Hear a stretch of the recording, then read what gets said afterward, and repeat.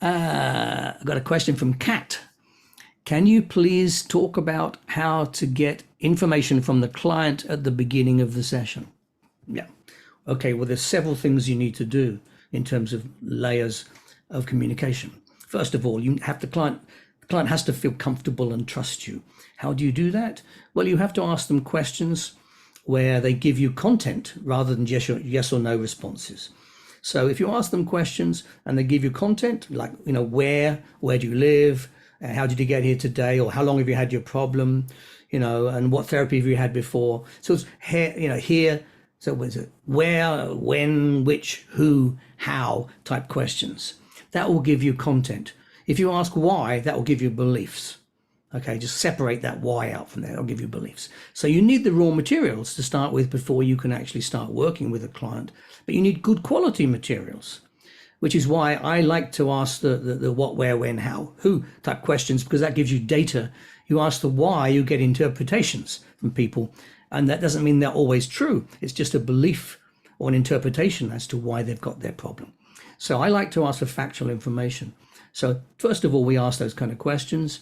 And how do we use that also to build trust and rapport? Well, you have to reflect it back. So when somebody says, I started 40 years ago, let's imagine 40 years ago, and I was okay for about 15 years of that, but now it's come back again. Okay, so what happened around that time, when it was okay, so what happened then, and where were you, and this kind of thing. So you're getting all of this factual information.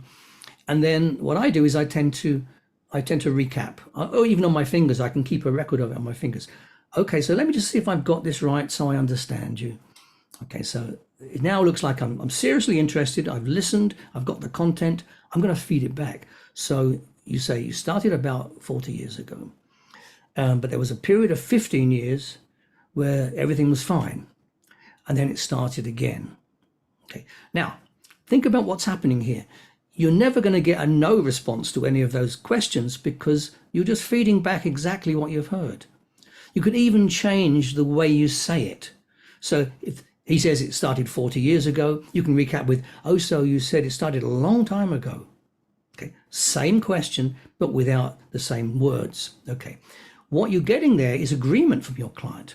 So because they're agreeing with you, usually you get a head nod. Every time you get a response, you'll get a head nod probably from that. What you're doing is getting agreement. An agreement means rapport. It means trust. You understand them. Okay. They are agreeing with you. You are acknowledging them. It forms a kind of relationship very quickly. So this is how you really start getting information from clients. If you want to take it a couple of steps further than that, you can even include just something about yourself. So if somebody says, well, I was living in London when that happened, and that was around about 1980 or something, you could say, oh, right, okay, that's interesting. I was living in London about that time.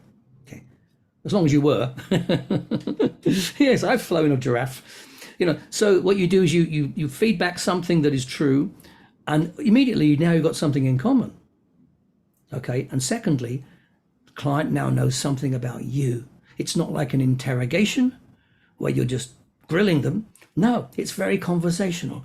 And the client now knows something about you as well. Only a little bit. It's not your session. You're not paying them. Okay, they're paying you to listen to them. So every 5-10 questions that they answer, if there's something you can relate to, just include yourself in that. And it helps kind of humanize the whole thing and not make it look too much like a kind of interrogation kind of therapy session. So basically that's how you go about it, Kat. Thank you for the question. I think I've answered it before some time ago, but thank you for asking again, because it's very important. Because how do you know where to begin if you haven't got a technique for actually getting the information right at the very beginning?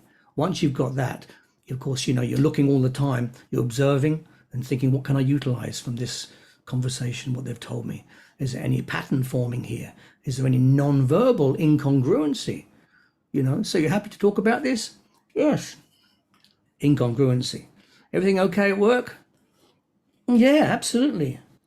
You see, a non-verbal incongruency. You're looking for all of this stuff as it's going on. So you're getting a lot of information right at the beginning. You're seeing where the client's placing emphasis by changing their physiology or even their tonality, and placing emphasis with the hands, whatever. And you can say, I'm not, I'm really, really happy. Okay, happy. Okay, so does that mean happy? Happy? If it's, I'm really happy. Okay, that's better, isn't it? You've got a smile as well, but I'm really happy. I'm really happy. There's an incongruency between that. You can just pick up all of this stuff. Observation, utilization, number one, the most important principle in Erickson's work. Okay. Thank you, Kat, for that.